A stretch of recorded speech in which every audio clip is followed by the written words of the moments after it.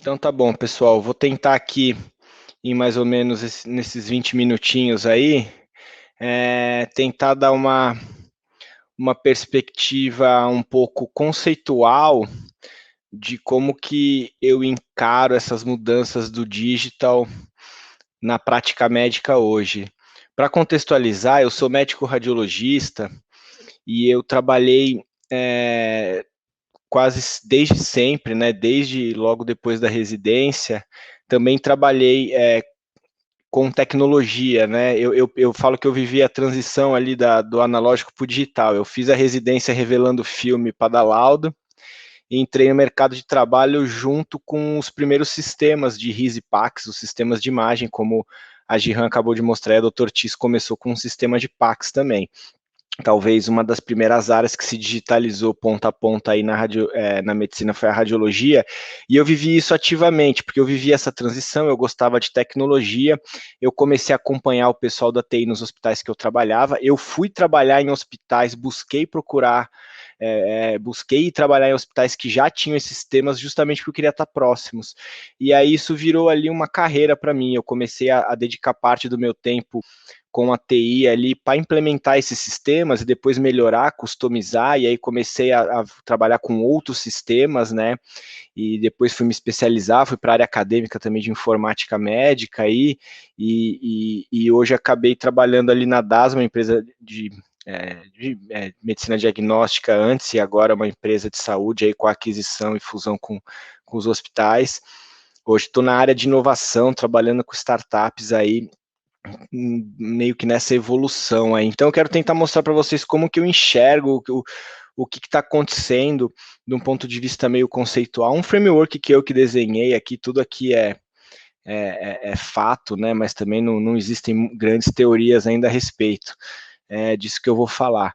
Mas de forma meio didática, eu vou começar falando de três vetores, tá? Então, primeiro é a tal da era digital, né? Aqui eu trouxe três capas de times que eu acho que conseguem resumir em poucos minutos aí o que é a era digital, né? A quarta revolução industrial, como a gente ouve falar aí, né? A gente tem uma primeira capa ali com o Steve Jobs, quando ele lança o computador pessoal, né? O Apple, né? E essa foi a grande sacada do Jobs, né? Ele botou o computador que custava 1 milhão, tinha o tamanho de uma sala e precisava de 8 PhDs engenheiros para operar, e ele falava que esse negócio só ia ser útil quando tivesse na casa de todo mundo, né? Então ele era um verdadeiro maluco, porque quem queria acreditar nesse cara, né? Um cara ali da Califórnia, formado em ciências humanas, que não era um expert em tecnologia, apesar de conhecer muito tecnologia, e falar que ele ia fazer algo que nem a IBM e a HP conseguiam, né? E ele foi lá e fez. E aí, rapidamente, toda uma indústria surgiu em cima da computação pessoal. E aí a gente tem a segunda capa aí com o Mark Anderson do Netscape, que foi o principal navegador aí na primeira fase da internet. Muitos de vocês vão lembrar do Netscape. Então, aí para simbolizar a rede, né, de computadores, ou seja, a partir do momento que você tem computadores pessoais acessíveis em termos de preço e de facilidade de uso na casa das pessoas. Esses computadores, através do sistema de telecomunicação que se desenvolvia no mundo, começaram a se conectar e, através de protocolos, trocavam informações. Logo, você tinha uma rede, e aí, mais uma década depois, a gente tem a capa aí com o Facebook, que para mim, aí, de novo, isso aqui é só simbólico, né? Simboliza as redes sociais e também o fenômeno dos smartphones, né? Ou seja, agora está todo mundo conectado o tempo inteiro e vivendo parte de suas vidas ali, né? A rede social, para mim, simboliza a última barreira para de fato a gente poder falar que a sociedade humana hoje ela existe no digital, transações acontecem, transações amorosas, transações financeiras, transações comerciais, transações médicas acontecem dentro disso aqui, né, dentro de uma caixinha com chips e processadores, né, então isso tem um impacto social, antropológico, econômico, violento assim, né, mas o que a gente gosta de dizer é que com o digital é tudo exponencial, né, então a gente tem essa possibilidade técnica exponencial que o digital permite, né? E aí é sempre bom lembrar, gente, que a sociedade humana sempre foi exposta a tecnologias e a evolução máxima de determinados períodos sempre foi ditada pelo potencial daquela tecnologia que dominava aquela época. Então, assim, se durante a Revolução Industrial, nosso potencial máximo eram as indústrias, né? Durante a era da eletricidade, a gente viu todo o potencial da eletricidade, né, cara? Hoje, com o digital, a gente vê todo o potencial do digital, e parece que esse potencial ele é exponencial quando a gente fala em velocidade de processamento, em tamanho de informação, em oportunidade de negócio e retorno financeiro, inclusive, né, já que a gente está falando aqui de startup. Agora, a nossa vida real ali, ela continua, ela parece que ela é linear, né? Parece que a gente não vê essa velocidade digital quando a gente pensa na nossa prática médica, quando a gente pensa no nosso sistema de ensino, ou mesmo é, no nosso dia a dia de trabalho, né? Mas é leviano pensar que isso não acontece, tá? Então, porque o segundo vetor que eu quero falar é a tal da nova economia, que é uma economia que hoje ela é muito baseada em tecnologia digital, né? Se a gente pegar hoje as maiores empresas do mundo, elas são essas aí, né? E se eu te mostrar outras das 5, 10 maiores empresas do mundo, algumas vocês talvez nem conheçam, mas são empresas de tecnologia. Nós não estamos mais na fase das empresas de bens de consumo, ou as gigantes petroquímicas, ou as farmacêuticas dominando as listas de maiores empresas do mundo, né? E nessa onda de empresas de tecnologia, vem as startups também agora, né? Então parece que agora toda empresa é uma startup, ninguém quer ser nem mais uma big tech, né? Eu peguei a geração assim de ver a IBM crescendo, e aí eu vi Facebook, Amazon e Google como as startups da minha época, e agora elas já são as big techs, elas já são os malvados, né? Já são os dinossauros, enquanto que tem um monte de startups proliferando. A Giram mostrou o mapa da Distrito aí, mas eu posso mostrar mais alguns aqui, gente. Tem startup pra caramba, são infinitos esses mapas, a gente tem que subsegmentar em mobile health, em inteligência artificial, startups que trabalham com hospitais, vitaminas, suplementos, assim, é muita startup, gente, confia em mim, eu trabalho com isso o dia inteiro, passo a minha semana inteira vendo e conversando com startup. Se a gente pega ali nos unicórnios, né, aquelas startups que valem mais de 1 bilhão, tem várias de saúde já, então está muito aquecido esse mercado. A gente tem aqui também o nosso mapa aqui, opa, só para não falar que eu não mostrei, essas são as startups que estão lá no Cubo com a gente, tá? Então, assim como a Giram mostrou ali da Distrito, a gente divide por categorias, né? Mas tem startup bastante, tá? E essas que estão aqui, gente, são as startups, digamos, mais maduras que a gente fala, né? Aquelas que já passaram no Vale da Morte, já estão vendendo, já estão bem posicionadas, ou seja, para cada startup que vocês estão vendo nesse mapa aqui, gente, vocês podem considerar aí que tem mais 10 ou 20 para cada uma dessas que nem chegou nesse mapa ainda, ou que talvez nem vai chegar, né? E aí a gente vê, né, no último ano, um pouco com o Covid, mas também fruto de um mercado, de um setor que já estava se digitalizando e que já estava com algumas iniciativas assim relacionadas à inovação aberta, relacionamento com startups. A gente viu o boom das health techs aí. Então aqui alguns clippings de notícias, né? A gente viu startups que há poucos anos atrás mal conseguiam captar investimento, de repente captando rodadas recordes, rodada atrás de rodada, sendo adquiridas, né, como a iClinic, que recebeu o investimento do SoftBank, depois foi adquirida pela Afya, startups pegando rodadas gigantes em seed money, como a Alice, né, com fundos aí de mercado, como Canary, Monax, Kazek, né? Então, assim, o Health Tech, a gente brinca, Health Tech is the new black, né? Então, tá todo mundo de olho em como que dá para fazer dinheiro com essas startups, como que dá para fazer saúde com essas startups, como que eu me aproximo delas, o que, que eu aprendo com elas, né?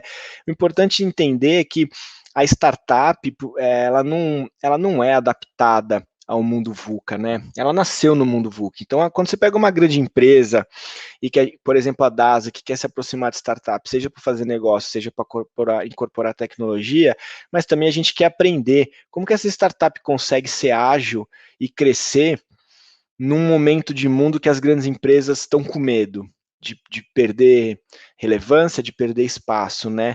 E aí as empresas, elas tentam emular práticas de startup, elas querem ser ágeis, né? Então a gente tenta aprender com elas. Agora a startup ela não é adaptada ao mundo VUCA, né? Que é aquele mundo volátil, incerto, complexo e ambíguo. A startup ela nasceu nesse mundo e ela é mais que adaptada.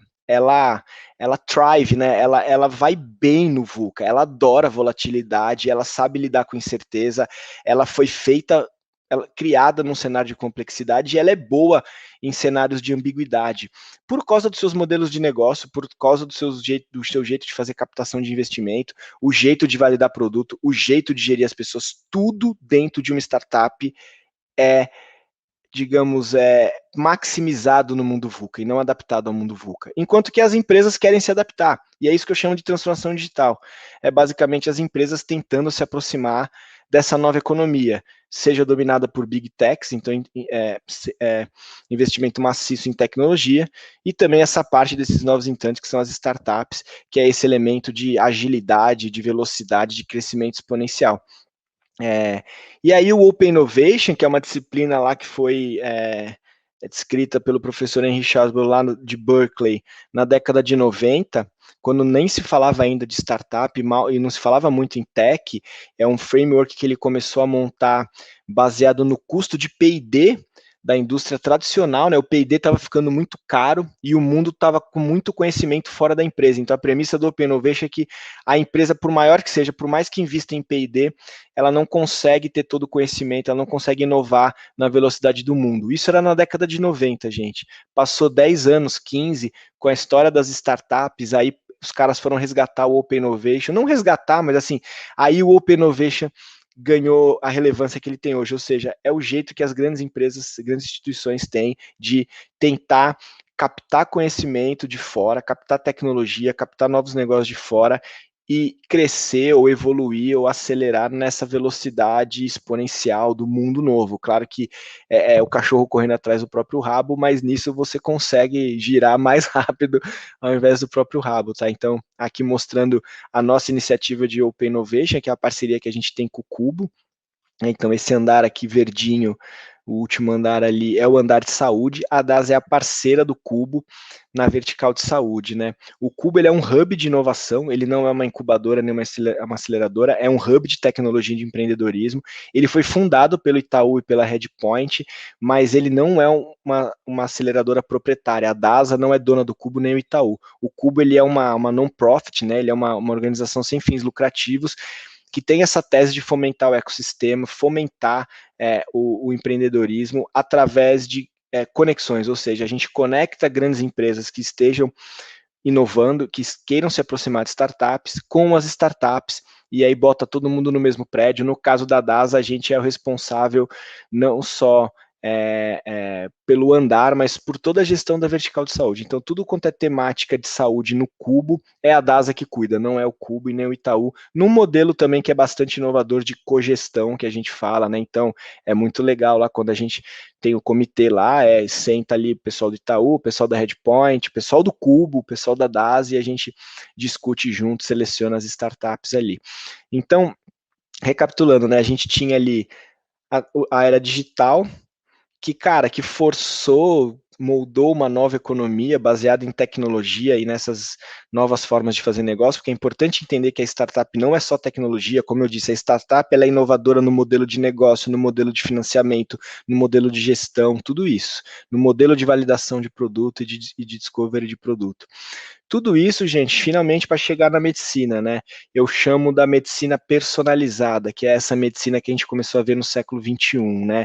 Que basicamente ela tem esse drive da personalizada, da questão do paciente ser consumidor. Então a gente já tem aí 10 anos do manifesto do, do paciente digital lá, né, cara, do e-patient David e do Bertrand Scott, que vocês devem conhecer, e aí o editorial mais antigo aí que eu conheço aí, que a gente fala da descentralização, empoderamento de paciente, esse do Bridge, aí já tem, 2013, quase 10 anos também, tá? E aí a gente está em busca dessa coisa da medicina que é mais participativa, personalizada, e que com o uso de dados e tecnologia vai ser preventiva e preditiva também, ainda não é, né? Então o que eu vejo é que a gente tem uma nova medicina drivada por um comportamento de consumo, que é o que eu chamo da medicina personalizada, que é aquela velha história do, poxa, se eu compro pela Amazon, se eu faço um check-in pelo celular, como eu não consigo agendar uma ressonância? Como eu não consigo fazer uma teleconsulta pelo celular, né, com a mesma facilidade? Que é aquela coisa derivada da nova economia, das novas experiências de consumo e que molda toda a sociedade, todos os setores estão passando por isso. A saúde a gente é a última fronteira, talvez, aí a ser vencida nesse sentido, e que não é só uma questão de consumo, gente, tem a ver principalmente com o overload de informação que a gente tem hoje, né? Hoje a gente tem a assimetria de informação que sempre foi muito grande na saúde, ela é menor hoje, né? Hoje o paciente sabe mais. E o médico sabe menos, se for ver relativamente, porque nem o médico dá conta de saber tudo, né? Então, achatou a relação. O médico não precisa ser mais paternalista, a gente não precisa saber tudo. E o paciente, por outro lado, ele não quer ficar no escuro, ele não quer ficar entregue, ele consegue conversar e ser mais participativo, enquanto que o médico também consegue usar o engajamento do paciente em seu favor, né? A questão é que a gente está aprendendo, então a gente está numa fase chata de como que a gente aprende, porque a gente está inserindo tecnologia e ainda aprendendo como que lida com essa nova premissa aí de relação médico-paciente, tá? Então, naquele framework lá dos 6Ds da Singularity, o segundo D da inserção tecnológica é o D da decepção. Toda inserção tecnológica, antes de disruptar, ela é decepcionante. Porque ela é cara, ela é difícil, ela faz a gente ter que mudar o hábito. E é isso que está acontecendo na saúde. Mas logo a gente vai vencer essa barreira. E aí a gente vai começar isso para essa segunda parte da medicina do futuro, que é essa parte que daí é de precisão, né? Tem uma parte de medicina de tem gente que fala medicina personalizada, medicina de precisão. Para mim é um pouquinho dos dois. Personalizada no sentido da experiência do paciente. Precisão, aí sim é alta tecnologia. Tecnologia de dados, analytics, para ser mais preditivo, para ser mais assertivo, tecnologias de predição e prevenção, e as próprias tecnologias médicas, né, que vão continuar entregando sobrevida e vão continuar entregando desfecho, como a gente sempre fez. Gente, a saúde foi a ciência mais inovadora do século XX. A gente foi talvez um dos setores econômicos mais inovadores do século XX. A gente sempre foi inovador, só que a gente sempre inovou de dentro. Como eu disse aqui, a tecnologia médica. Eram tecnologias que eram desenvolvidas dentro de hospitais, dentro das farmacêuticas, dentro das universidades médicas, por médicos, por engenheiros biomédicos, por fisioterapeutas, mas era coisa nova. O catéter podia ser o mais avançado que fosse, era um catéter. A ressonância magnética, incrível, sempre teve médico junto com os engenheiros e os físicos. Agora, digital, software, aplicativo, isso vem de fora. Pela primeira vez a gente está tendo que enfrentar uma tecnologia que vem de fora e que provavelmente vai disruptar o nosso setor, que é o que está fazendo com todos, tá, gente? Então, isso está acontecendo para todo mundo, a gente tem que simplesmente estar atento, porque as big techs já estão atentas. Se você pega ali 4 das maiores empresas de tecnologia, todas estão posicionadas em saúde. Hoje teve o evento da Apple, vocês devem ter visto, né, o evento anual da Apple. Eles mostraram as atualizações do Apple Health. Tá na cara que a Apple vai virar o principal prontuário médico nos próximos anos. A Google investindo pesado em tecnologias mais disruptivas, inteligência artificial. A Amazon flertando com a prestação de serviço com o varejo. Vocês viram a iniciativa lá com a joint venture que fizeram, a Microsoft também apostando forte nisso, tá? As empresas de varejo querendo entrar nessa também, então a gente vê nos Estados Unidos Walmart e CVS entrando aí na prestação de serviço, e aí a gente vê também empresas chinesas aliando isso ao telemedicina, com cabines remotas, com robótica, com alta tecnologia, né? Então, gente, a gente está vivendo a década das plataformas digitais, que a telemedicina é uma parte, mas todo mundo quer ser plataforma, né? Aqui é um exemplo da nossa plataforma e da Conexa, que é uma das startups que vocês viram aí mais cresceu no último ano, né? Prestando serviço médico com alta tecnologia. Por outro lado, pensando no point of care e no direct to consumer, né? Aqui um exemplo da minha área, radiologia, um ultrassom que custa $2.000 e você liga no iPhone, e os próprios kits genéticos aí. E também pensar nessa questão das terapias digitais, né? Como que essas ferramentas, como aqui eu dei exemplo da Cuco Health, um aplicativo que possa ser considerado, num primeiro momento, um ajudante da terapia, mas que já estão começando a ser considerados como a própria terapia, como a gente já teve um caso na Alemanha de regulação de aplicativo como terapia e não como suporte à terapia. Tudo isso com o apoio dos wearables aí, né, como a Gihan já mostrou, então super importante essa coleta de dados ali na ponta, para daí sim a gente conseguir ter dados aí de inteligência artificial, né, cara, então tem essa capa da Nature aqui que eu gosto de mostrar para terminar aqui, né, quando Ian LeCun, Yoshua Bengio e Geoffrey Hinton, né, esses caras são os 3 papas da computação, computação visual e inteligência artificial. Quando 3 caras da computação publicam na Nature, né, o editorial, algo está acontecendo. E está acontecendo mesmo, gente. Aqui um exemplo real da DASA, não quero fazer propaganda, mas só para mostrar que isso é um algoritmo desenvolvido pelo nosso time, desenvolvido por radiologistas, validado por radiologistas, com apoio de cientistas de dados e uma equipe multidisciplinar nossa, e que funciona hoje, na prática, está automatizando ali a leitura de, por exemplo, nesse caso aqui, idade óssea. A gente tem, sei lá, talvez 10, 20 algoritmos rodando na DASA, alguns feitos internamente, alguns com parcerias acadêmicas e alguns com startups também, e todos têm funcionado bem, então já é uma realidade, e era isso que eu queria mostrar então. Tá aqui meus contatos aí, se alguém quiser entrar em contato depois, fico à vontade aí, e vou parando por aqui porque acabou de dar meu tempo. Obrigado, gente, pelo convite.